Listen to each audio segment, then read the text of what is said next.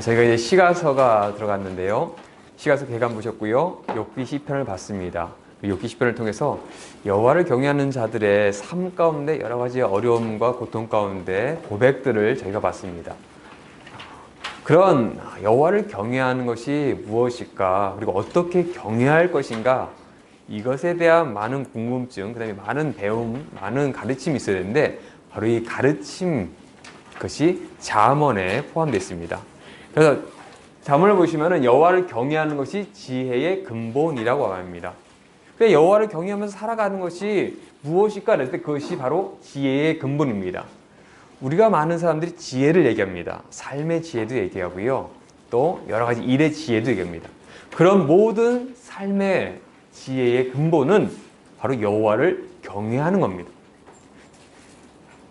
이때 하나 좀 나누셔야 되는 게 뭐냐면 지혜가 있습니다.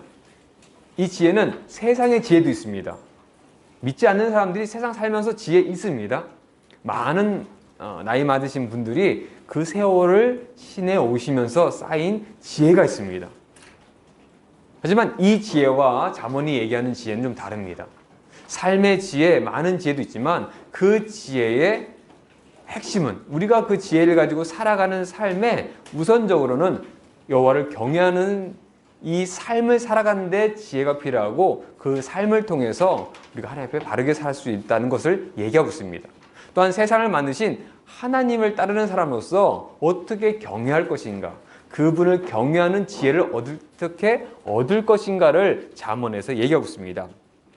그래서 잠언은 총 31장이죠. 그래서 한 달 동안 읽으시면은 한 번 통독이 됩니다. 그래서 많은 분들이 시편은 보통 하루에 5편 정도 읽으시고요. 그 다음에 잠언은 한 장 정도 매일 그렇게 읽으시면은 잠언은 12번 읽을 수 있고 시편도 12번을 읽을 수 있다 해서 많이 그렇게 또 하시더라고요. 그 다음에 또 전도서 같은 경우도 12장이라서 1년 12달이니까 한 장만 한 달에 보는 게 아니라 또 자주 반복하는. 그래서 많은 분들이 어떻게 하면 하나님을 경외하며 나의 삶 가운데 하나님을 따르며 살 것인가, 그 지혜 가운데 살 것인가, 바르게 살 것인가를 고민하면서 특별히 시편, 잠언, 전도서를 많이 읽은 모습을 저희는 또 볼 수 있습니다.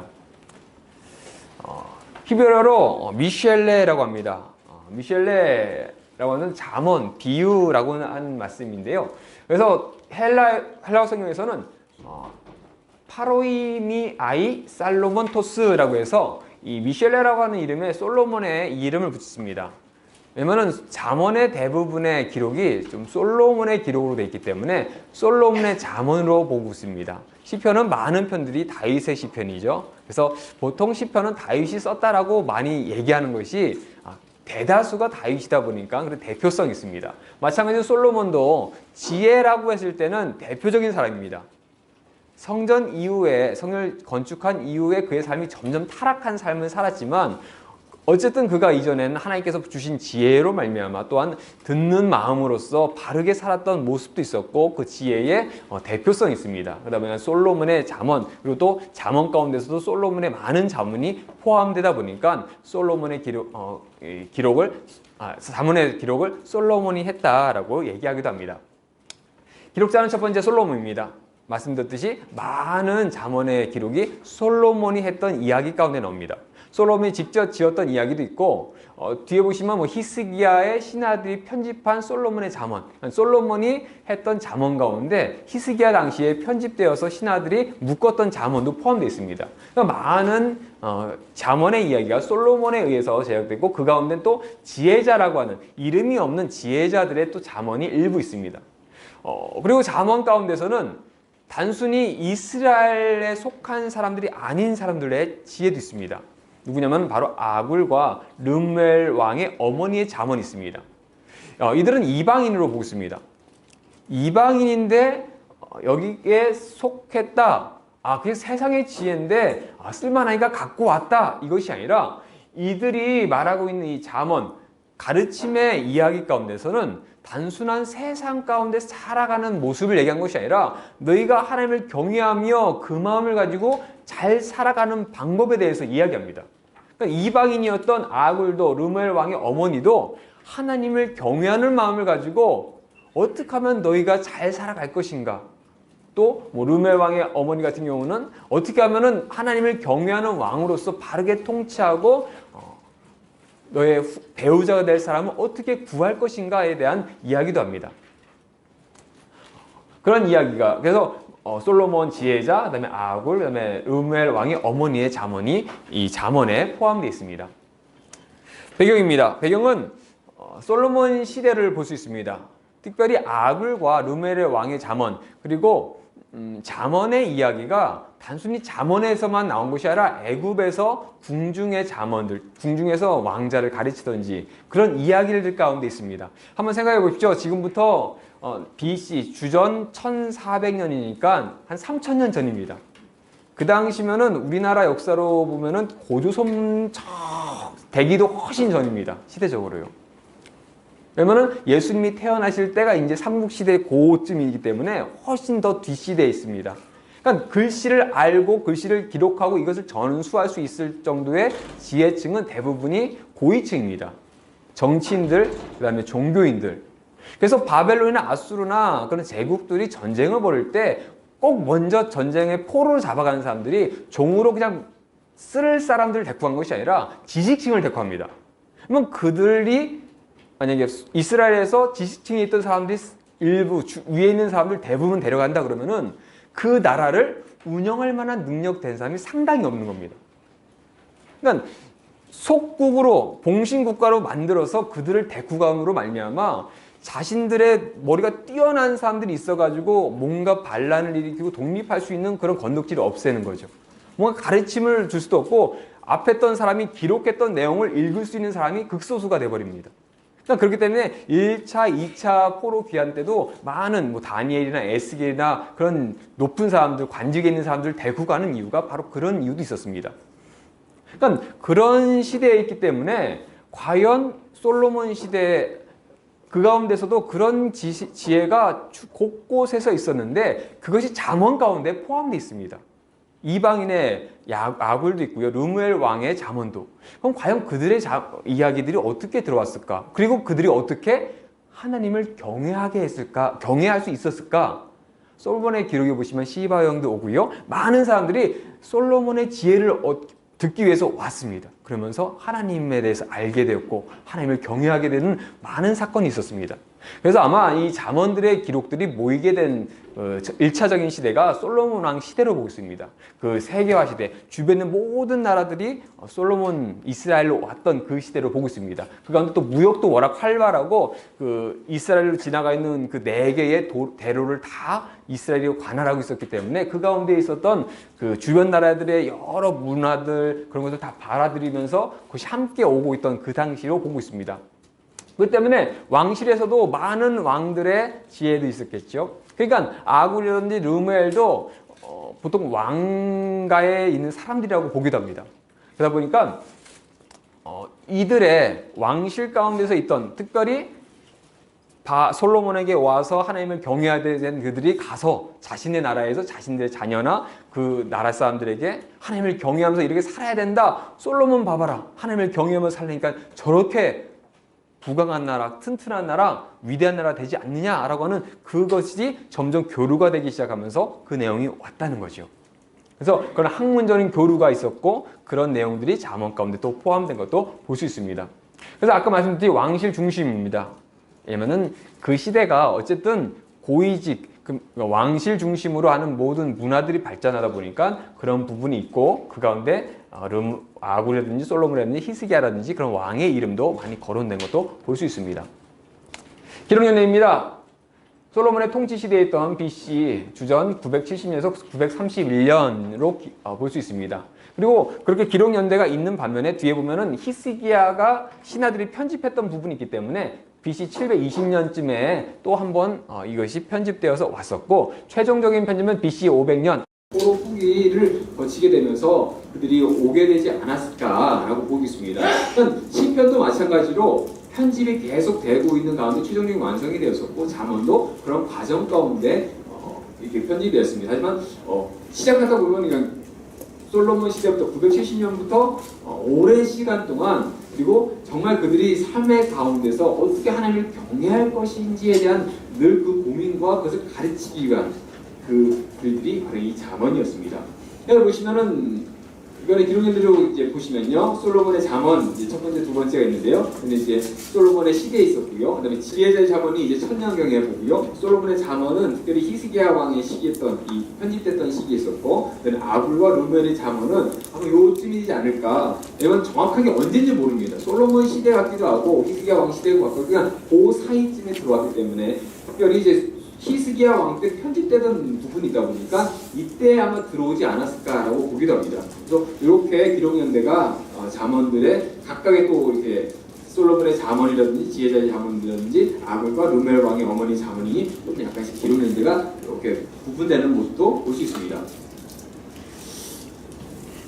잠언의 첫 번째 기록 목적입니다. 잠언 1장 2절에서 5절 실제로 보시면은 이는 지혜와 훈계를 알게 하며 명철의 말씀을 깨닫게 하며 지혜롭고 공의롭고 정의롭게 정직하게 하여하는 일에 대하여 훈계를 받게 하며 어리석은 자를 슬기롭게 하며 젊은 자에게 지식과 근심함을 주기 위한 것이니 지혜 있는 자는 듣고 학식이 더할 것이요 명철한 자는 지략을 얻을 것이라 라고 말합니다. 즉 잠언을 얘기하는 사람이 자신의 제자 아니면 자녀 아니면 아들들 그들에게 어떻게 하면 하나님 앞에 잘 살아갈 것인지 어떻게 하여서 그 하나님을 경외하는 지혜를 듣고 살 것인지 그 실제 말씀이 여호와를 경외하는 것이 지식의 근본이거늘 미련한 자는 지혜와 훈계를 멸시하느니라. 그 앞에 있던 모든 이것들이 다 뭐냐면 바로 여호와를 경외하기 위해서 이것들을 다 해야 되는 겁니다. 그래서 지혜롭게 해야 되고 공의롭게 해야 되고 정의롭게 해야 되고 정직하게 행할 일들 그것을 다 가르쳐서 이것이 과연 지혜 배워서 뭘 것이냐, 지혜 배워가지고 좋은 학교 갈 것이고 지혜 배워가지고 무역에서 훌륭한 사람 될 것이고 돈 많이 벌 것이고 그것이 중요한 것이 아니라 바로 여호와를 경외하기 위해서 우리는 지혜를 갖춰야 된다. 그럼 과연 어떻게 그걸 할 것인가를 가르치고 있습니다. 특별히 성경에 보시면은 독특한 모습이긴 하지만 늘 아버지들이 참 어떻게 하든 신앙이 참 좋았던 모습이 많았는데 불구하고 아들 때에 그 신앙이 전수가 안 되는 모습이 참으로 많습니다. 다윗도 그렇게 하나님께서 인정하실 정도로 됐지만 솔로몬도 초반엔 잘했지만 뒤에 정말 하나님께서 지독하게 싫어하실 정도의 악을 행합니다. 히스기야도 종교개혁하면 실수도 했지만 그래도 하나님 앞에 잘 살려고 했지만 므낫세는 정말 악독한 왕으로 끝납니다. 요시아가 그 종교개혁을 하며 그 나라를 회복했지만 결국 그 아들 때 그들이 예레미야에서 나오는 모습도 볼 수 있습니다. 신앙이 이렇게 자녀에게 전수하는 게 쉽지 않은 게 성경에 있었죠. 그러니까 잠언은 그 신앙을 잘 지켰던 부모들이 자녀들에게 가르치는 내용이 대부분 있습니다. 그러니까 솔로몬도 역시 마찬가지였고 그러니까 아굴도 마찬가지였고 르멜의 어머니도 마찬가지고 자녀들에게 그 신앙을 잘 지켜라고 하는 그런 격언들이 많이 나오고 있습니다.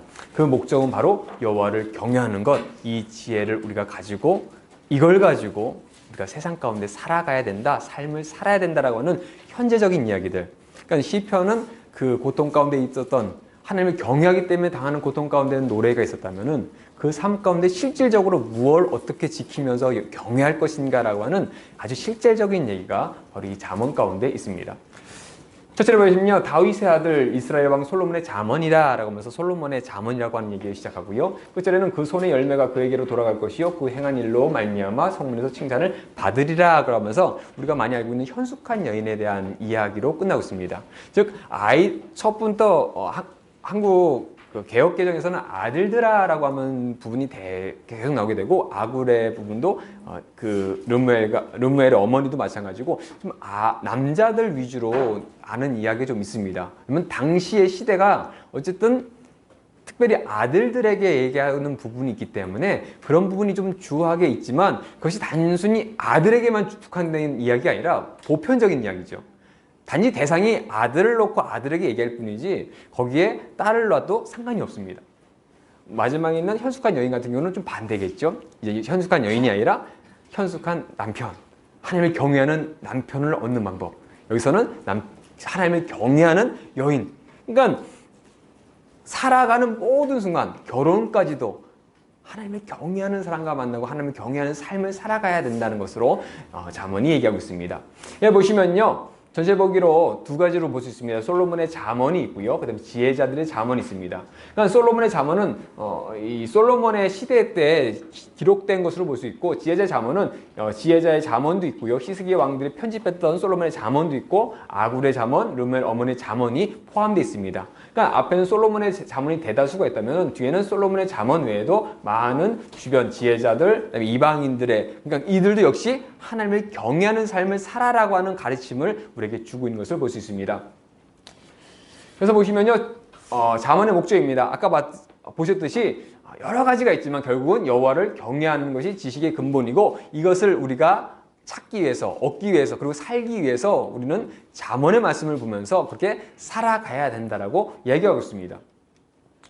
그래서 솔로몬의 잠언에 보시면 아들에게 주는 15가지의 교훈이 있습니다. 주제별로는 있는데요. 악한 자를 따르지 말라, 지혜의 소리를 들으라, 지혜를 찾으라, 여호와를 경외하라, 지혜와 근신을 지켜라, 의인의 집에는 복이 있다, 지혜를 얻으라, 훈계를 지키라, 내 마음을 지켜라, 음녀의 길을 멀리하라, 음녀의 길에 대한 부분이 있고요. 그 다음에 실제적인 삶의 지혜도 있고요. 간음은 자기 영혼을 망하는 것이다, 음녀의 길에 미혹되지 말라라고 하는 큰 15가지의 주제로서 아들에게 가르침을 주고 있습니다. 뒤에 또 있네요. 지혜자의 말을 들으라, 그 다음에 2가지의 초대, 이렇게 해서 총 큰 15가지의 주제가 있고요. 그 다음에 이제 악한 자를 따지지 말라라고 합니다. 보시면 잠언 1장 10절 초반에 시작하면서 내 아들아 약한 자가 너를 깰지라도 따르지 말라라고 합니다. 이 말씀은 마치 시편 1편이 시작하면서 악인들의 꾀를 따르지 않으며 죄인들의 길에 서지 말며 오만한 자들의 자리에 앉지 아니하고 라고 하는 말씀처럼 처음부터 얘기한 것이 악한 자가 너를 깰지라도 절대 따르지 말라라고 얘기합니다. 하나님을 경외하는 자로서 악한 자를 따를 수 없다라고 하면서 세상과 구별된, 악과 구별된 삶을 살아가야 된다라고 얘기하면서 가르침을 시작합니다. 그래서 지혜의 소리를 들으라고 합니다. 지혜가 무엇이냐? 바로 하나님을 경외하는 그 지혜로서 그것을 듣고, 하나님의 말씀을 듣고 하나님을 경외하기를 끊임없이 살아라. 그리고 하나님을 경외할 수 있도록 그 지혜를 찾으라고 얘기합니다. 그래서 보시면은 여호와를 경외하기를 깨달으며 하나님을 알게 되리니 대저 여호와는 지혜를 주시며 지식과 명철을 그 입에서 내심이라. 바로 여호와께서 지혜를 주십니다. 이 지혜는 세상이 주는 지혜와는 다릅니다. 하나님을 경외하는 것이고, 세상 가운데 하나님의 뜻 가운데 살 수 있으며 하나님께서 주시는 복을 누리며 살 수 있는 아주 우리가 알아야 될, 하나님을 경외하며 세상 가운데 반드시 그 가운데 살아야 될 지혜입니다. 그것을 얻으라라고, 그것을 찾으라고 얘기합니다. 그러면서 여호와를 경외하라 합니다. 보시면은 6절에 너는 범사의 그를 인정하라, 그리하면 내 길을 지도하시리라. 나는 하나님을 경외하며 살 뿐인데 그분께서 내 길을 지도하십니다. 내가 어디 갈지 모르지만, 어떻게 가야 될지 모르지만 내가 하나님을 믿고 따르니 그분이 나의 길을 형통하게 하시고 그 길 가운데 살아갈 수 있다. 이 미래가 어떻게 될지 단 3초가 어떻게 될지 모르는 그 삶을 살지만 하나님을 경외하면서 내가 가는 길을 다 지도하신다. 그렇기 때문에 스스로 지혜롭게 여기지 말고 여호와를 경외하며 악을 떠날지어다. 세상에 지혜가 많습니다. 많은 지혜도 있고요. 많은 것도 얻을 수 있습니다. 하지만 그것을 따르지 말라고 합니다. 그런 삶을 따르는 것이 아니라 여호와를 경외하며 여호와께서 주시는 지혜를 가지고 악을 떠나면서 하나님과 함께 동행하며 살아가야 된다는 것을 얘기하고 있습니다. 그리고 내 마음을 지키라고 합니다. 모든 것들에 지킬 만한 게 참 많습니다. 물질도 있고요, 가족도 있고요, 자녀도 있습니다. 하지만 그 중에 더욱 내 마음을 지키라. 생명의 근원이 예선함입니다. 그 마음을 지켜야 됩니다. 어떻게 지킵니까? 하나님을 경외하면서 그 마음을 지키는 겁니다. 하나님을 경외하는 마음을 지키는 겁니다. 잠깐 지키고 끝나는 것이 아니라 평생을 가면서 여호와를 경외하면서 그 마음을 지키면서 살아가야 됩니다. 그것이 생명의 근원이기 때문에 지켜야 되는 겁니다. 그래서 음녀의 길을 멀리 하라고 합니다. 왜냐면은 특별히 아들들에게 얘기하던 부분이 있다니까, 아들들, 남자들을 넘어뜨릴 수 있는 음녀들, 이 남자를 홀릴 수 있는 그런 음녀들에 대해서 멀리 하라고 합니다. 그런데 실제적인 삶의 교훈도 11장에 보고 있습니다. 실적인 삶 가운데서 과연 하나님께서 좋아하시는 것이 무엇인지, 또한 하나님께서 미워하시는 것이 무엇인지에 대해서 삶의 교훈입니다. 보시면요, 교만한 눈과 거짓된 혀와 무죄한 자의 피를 흘리는 손과 악한 계획을 꾀하는 마음과 빨리 악으로 달려가는 발과 거짓을 망하는 명령된 증인과 및 형제 사이를 이간하는 자인이라. 보시면 결국 악을 행하는 것 자체를 하나님께서 미워하십니다. 교만한 것, 거짓된 것, 무죄한 피를 흘리는 것, 악한 계교, 악으로 달려가는 것, 거짓말하는 것, 이런 삶 살지 말라는 겁니다. 구별되라는 거죠. 거룩이랑 구별입니다. 단순히 나 거룩해 구별대가 아니라 삶 자체를 완전히 구별되어서 먹는 것까지라도 구별될 삶을 살라고 그것이 하나님을 경외하면서 하나님께서 우리를 만드시고 우리가 하나님을 따르는 그 삶을 우리가 지키는 것이라고 얘기하고 있습니다. 그러면서 또 지혜를 얻으라고 합니다. 훈계를 들어서 지혜를 얻으라. 그것을 버리지 말라. 대전하를 얻는 자는 생명을 얻고 여호와께 은총을 얻을 것임이라. 그러나 나를 잃는 자는 자기의 영혼을 해하는 자라. 나를 미워하는 자는 사망을 사랑하느니라. 그 지혜를 들어야 됩니다. 하나님을 경외하는 방법을 알려주는 그 지혜를 들어야 됩니다. 그걸 얻는 자가 생명을 얻을 수 있습니다. 왜냐하면 그 지혜로서 하나님을 경외할 수 있기 때문에, 또한 하나님의 경외함으로 말미암아 생명의 근원이 나기 때문에, 그것을 통해서 하나님께서 또 은총을 내려주시기 때문에 그렇게 살아가야 된다라고 얘기하고 있습니다. 솔로몬의 잠언 중에 세 번째는 375가지의 교훈입니다. 지금이야 숫자가 있지만 고대 사회에서는 숫자라는 개념이 없었습니다. 그래서 알파벳의 그 순서를 가지고 번호를 붙였습니다. 그래서 쉽게 말하면 기역, 니은, 디귿, 니은인데 기역은 1번, 니은 2번 이런 식으로 문자를 숫자로 쓴 겁니다. 그러니까 히브리어를, 특별히 솔로몬이라고 하는 이 히브리어 단어를 가지고 숫자로 만들면은 이렇게 375개가 된다고 합니다. 그러니까 누군가가 솔로몬의 이름을 가지고 375가지라고 하는 그것으로 375가지의 교훈을 인위적으로 맞췄다라고 보통 얘기하고 있습니다. 솔로몬이라고 하는 이름과 함께 맞춰서 그 솔로몬에 대한 그 지혜에 대해서 얘기하는 부분도 있다라고 보통 얘기하고 있습니다. 그 가운데서는 많은 격언도 있고요. 많은 시편에 보시면은 수사법이라고 해서 많은 형식의 그 히브리인들이 쓰는 그 글쓰기 방식, 시 쓰는 방식이 있었는데 그것도 또한 잠언에도 나타나고 있습니다. 그래서 375가지가 상당히 많은 양을 차지하는데도 불구하고 이것이 어떤 구분에 의해서 이렇게 375가지를 나열했는지는 아직도 많은 사람들이 좀 의문이라고 합니다. 많이 연구해보고 주제별로 묶었을까, 어떤 흐름이 있을까라고 보지만 확실하게 이것으로 딱 한 문장으로 아니면 한 가지로서 375가지는 이런 형식이야 라고 딱 떨어지진 않습니다. 하지만 375가지의 교훈, 그러니까 우리의 삶 가운데 한 절 한 절이 우리의 삶 가운데 어떻게 살아야 될지에 대한 그런 격언으로 이루어진 것도 볼 수 있습니다. 그래서 보시면요, 솔로몬의 잠언이라 지혜로운 아들은 아비를 기쁘게 하거니와 미련한 아들은 어미의 근심이 되느니라 하면서 이렇게 두 지혜로운 아들과 미련한 아들을 비교하는 부분도 있고요. 그 다음에 지혜로운 사람이 더 좋아지는 부분, 악한 사람은 더 악해지는 부분, 그런 여러 가지의 격언의 형식들을 통해서 이렇게 한 절씩 375가지의 모습도 나타나는 것을 볼 수 있습니다. 그게 솔로몬의 잠언이 끝나면서 이제 지혜자의 잠언으로 들어갑니다. 지혜자의 잠언, 첫 번째 지혜자의 36가지 교훈이 있는데요. 여기 보시면은 첫 번째로 얘기하면서 솔로몬의 잠언이 시작하면서 솔로몬의 잠언의 기록 목적이 여호와를 경외하는 것이고 그 삶 가운데 살기 위해서 썼다라고 얘기했는데, 지혜자의 잠언이 시작하면서 기록 목적이 또 나옵니다. 보시면요, 19절에 내가 내게 여호와를 의뢰하게 하려 하여 이것을 오늘 특별히 내게 알게 하였느니 내가 모략과 지식의 아름다운 것을 너를 위하여 기록하여 내가 진리의 확실한 말씀을 깨닫게 하며 또 너를 보내는 자에게 진리의 말씀으로 화답하게 하려 함이 아니냐. 즉 지혜자가 이걸 기록하는 건 역시 하나님 여호와를 의뢰하게 하려고, 너희들에게 하나님을 의뢰하고 경외하고 하나님을 따르게 하려고 지금 이 기록을 하고 있다라고 하면서 이 가르침을 준다라고 얘기하고 있습니다. 그렇게 지혜자의 36가지의 교훈이 있고요. 그 다음에 히스기야 왕의 신하들이 편집한 솔로몬의 잠언이 있습니다. 보시면은 특별히 왕에 대한 훈계가 많습니다. 그러니까 신하들이 왕에게 훈계하는, 왕에게 이렇게 사는 것이 하나님을 경외하는 것이다 라고 하는 그런 내용이 자주 나옵니다.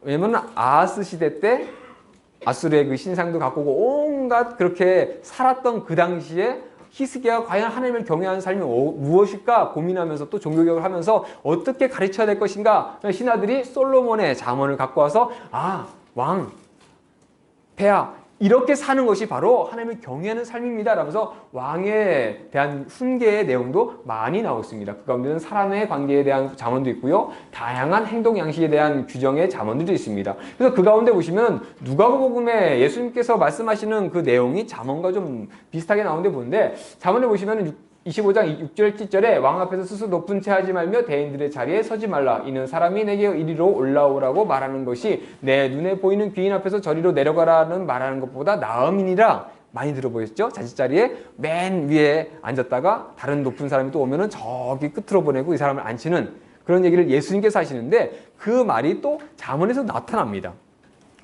그래서 누가복음 보시면 내가 혼인잔치에 청함을 받을 때 높은 자리에 앉지 말라. 그렇지 않으면 너보다 더 높은 사람이 청함을 받을 경우에 너를 그 일을 청한 자가 와서 너더러 그 자리에서 내주라 하리니 그때 내가 부끄러워 끝자리로 가게 되리라. 청함을 받을 땐 차라리 가서 끝자리에 앉으라. 그러면 너를 청한 자가 와서 너더러 벗이여 올라 앉으라 하리니 그때야 함께 앉은 모든 사람들 앞에서 영광을 얻으리라 라고 말합니다. 하나님을 경외하는 사람으로서 사람들과의 관계에서 그럼 여러 가지 상황 가운데서 바르게 지혜롭게 살아가는 것, 하나님을 경외하면서 또한 사람들과의 관계도 바르게 하는 법들이 또한 잠언에서 이렇게 나오고 있고 이것을 또 예수님께서 인용하셔서 얘기하시는 것도 볼 수 있습니다. 그렇게 히스기야 왕의 신하들 편집한 솔로몬의 잠언이 있으면은 그 다음에는 아굴의 잠언이 나타납니다. 아굴에 보시면은 30장, 31장, 그러니까 아굴의 잠언과 르우엘 왕의 잠언은 이방인의 잠언입니다. 이방인도 하나님을 경외하고 하나님의 지혜로 살아왔음을 보여줍니다. 이스라엘 사람들만이 하나님을 믿고 하나님을 경외하는 것이 아닙니다. 이방인들 역시 하나님을 경외하며 하나님을 믿었습니다. 그 모습이 아굴과 르우엘 왕의 어머니 잠언에 나타나고 있습니다. 특별히 잠언이라고 하는 마쉘이라고 하는 것이 잠언이라고 하는 지금 잠언의 비유의 그런 이야기의 뜻도 있지만 이것이 나라의 이름으로 쓰인 경우도 있었다고 합니다.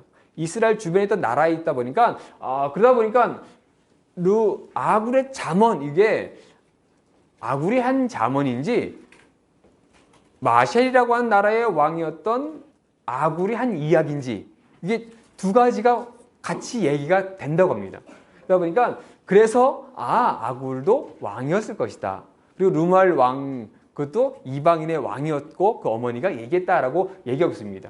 어쨌든 그런 이방인들 그런 사람들이 세상을 사는 지혜 그 지혜가 자신들이 세상 가운데서 배웠던 지혜가 아니라 하나님을 경외하며 하나님의 뜻 가운데 살아갈 수 있는 그 지혜를 아들들에게 자녀들에게 아니면 제자들에게 그렇게 살아라고 전해주는 내용이 바로 이 아굴의 잠언과 르우엘 왕의 잠언 가운데 나타나고 있습니다. 그래서 아굴의 잠언 보시면은 특별히 이디엘과 우갈이라고 하는 두 사람을 훈계하면서 내용이 나타나고 있습니다. 여기서 보시면은 하나님의 말씀은 다 순전하여 하나님은 그를 의지하는 자의 방패시니라. 너는 그의 말을 더하지도 말라. 그가 너를 책망하시겠고 너는 거짓말하는 자가 될까 두려우니라. 이방인이 얘기한 겁니다. 하나님의 말씀은 다 순전하다. 하나님께서 하시는 모든 말씀은 다 순전하다. 그러니까 그를 의지하라는 겁니다. 그리고 그분의 말씀에 뭐 더하거나 빼거나 하지 말고 그대로 행하라는 겁니다. 하나님을 경외하기 위해서 그렇게 살아라고 얘기합니다. 또한 때로는 그분 하나님께서 너희를 책망하실지라도 책망을 달게 받아라. 그리고 너희가 그분께 하나님께 거짓말하는 자가 되어서 그 하나님을 경외하는 삶에서 떠날까 두렵다. 그렇기 때문에 아굴이 얘기한 것이 너네 그렇게 살아야 된다. 그렇게 살아라라고 하면서 지혜를 주는 모습을 볼 수 있습니다. 그래서 두 가지 소원이 있는데 많이 들어보셨을 겁니다. 보시면은요 30장 7절에서 9절에 내가 두 가지를 주께 구하였사오니 내가 죽기 전에 내게 거절하지 마옵소서. 곧 헛된 것과 거짓말을 내게 멀리 하옵시며 나를 가난하게도 마옵시고 부하게도 마옵시고 오직 필요한 양식을 나를 먹이옵소서. 혹 내가 배불러서 하나님을 모른다 여호와가 누구냐 할까 하오며 혹 내가 가난하여 도둑질하고 내 하나님의 이름을 욕되게 할까 두려워함이니이다. 내가 살아가는데 부한 것도 그것으로 인해서 하나님을 욕되게 될까 봐 그것이 싫습니다. 가난해져가지고 내가 도둑질해서 하나님을 욕되게 할까 봐 그것도 싫습니다. 내가 부한 것도 가난한 것도 오직 하나님을 경외하기 위해서 다 사용되기를 원합니다라고 하는 얘기를 합니다. 그러니까 우리가 많은 분들이 얘기하죠. 그렇기 때문에 뭐 부하게 하지 마시고 가난하게 마시고 필요한 양식을 적당하게 내려주시며 늘 하나님께서 필요하신 양식을 주심으로 우리가 살 수 있도록 해달라고 기도하시기도 하고요. 사람들에게 말도 하기도 하고 그렇지 않습니까? 바로 그 말이 이 아굴의 잠언 가운데 나타나고 있습니다. 또 아굴의 잠언 가운데 특별히 이 숫자를 사용한 잠언들이 있습니다. 그래서 만족을 부르는 서너 가지, 이해하지 못할 기이한 것 서너 가지, 세상 진동시키며 견딜 수 없게 하는 서너 가지, 작지만 지혜로운 네 가지, 위풍당당히 걷는 서너 가지에 대해서 세상 가운데 있는 여러 가지의 것들을 보면서 그런 잠언들 또 사용한 것을 또 볼 수 있습니다. 그리고 마지막으로는 르우엘 왕의 잠언입니다. 르우엘 왕 어머니의 르우엘 왕을 훈계하는 잠언인데요. 보시면요.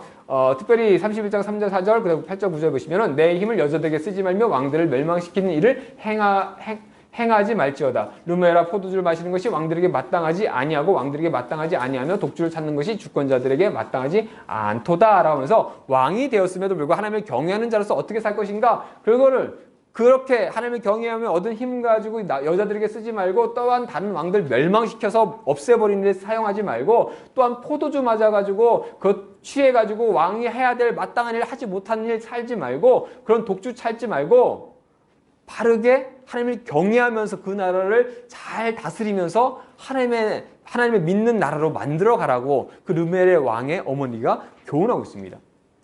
또 보시면요, 너는 말 못하는 자와 모든 고독한 자의 송사를 위하여 입을 열지니라. 너는 입을 열어 공의로 재판하며 공고한 자와 궁핍한 자를 신원할지니라.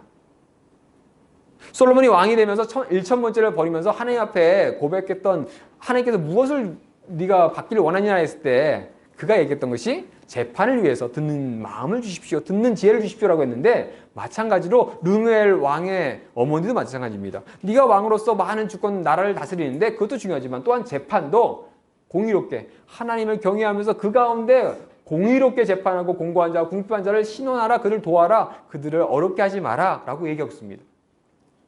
결국 르무엘 왕의 어머니도 르무엘 왕이 하나님을 경외하며 그 나라를 잘 다스리기를 원하면서 이렇게 제만을 얘기하고 있습니다. 그리고 마지막 31장 10절에서 31절에는 현숙한 여인에 대해서 나옵니다. 현숙한 여인에 대한 내용을 쭉 읽어보시면 대단한 여인입니다. 근데 이 현숙한 여인이라고 하는 잠언의 이 단어가 한 번 더 사용됐습니다. 성경 가운데 딱 한 번 잠언과 또 한 번 사용된 것이 어디냐면은 룻기입니다. 룻을 가리키면서 보아스가 네가 현숙한 여인인 걸 내가 안다라고 합니다. 즉 현숙한 여인이 어떤 여인일까 라고 했을 때 성경은 룻을 가르칠 겁니다. 이방인이었음에도 불구하고 하나님을 알아서 하나님의 백성으로 찾아왔던 그녀, 또한 어머니 시어머니를 위해서 그렇게 열심을 다했던, 충성했던 그런 모습들. 근데 그것이 다른 모습 때문에 한 것이 아니라 하나님을 경외하는 그 모습을 시작으로 그런 모습 가운데 살아가는데 마찬가지입니다. 앞에 있는 많은 여러 가지의 일들이 있습니다. 대단한 것 같습니다. 자녀들도 하고 새벽부터 모든 일도 하고 참 대단합니다. 과연 그런 현숙한 여인을 얻을 수 있을까? 누구든 얻고 싶어 합니다. 그 값은 진주보다 더합니다. 쉽게 얻진 못합니다.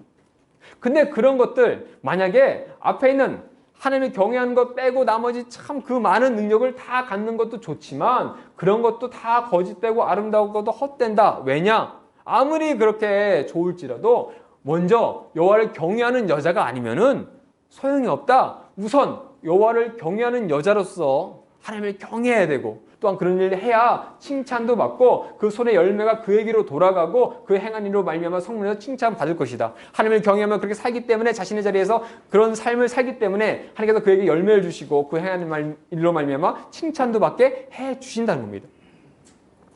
그러니까 잠언을 통해서 우리에게 얘기하는 것이 뭐냐면은 하나님을 경외하기를 힘쓰라, 그렇게 살아라, 그 삶을 사는 것이 우리의 본분이라는 것을 얘기하고 있습니다.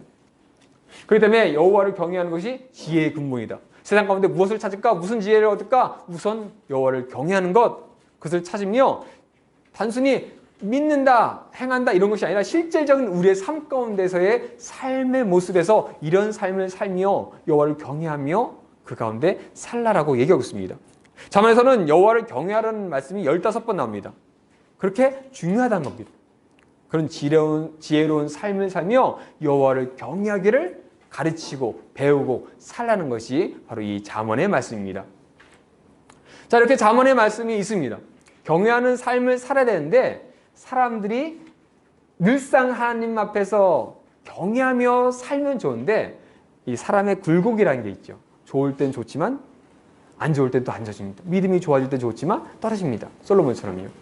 그러니까 그런 하나님을 경외하는 삶의 모습이 이거다라고 잠언이 얘기한다면은 전도서에서는 반대로 하나님을 경외하지 않는 삶을 살았던 그가 결국 다 살고 보고 체험하고 경험해 봤더니 이 삶이 얼마나 헛된지, 왜 하나님을 경외하는 삶을 살았어야 했는지에 대한 교훈을 하게 됩니다. 그것이 전도서에서 나오고 있습니다. 전도서 보겠습니다.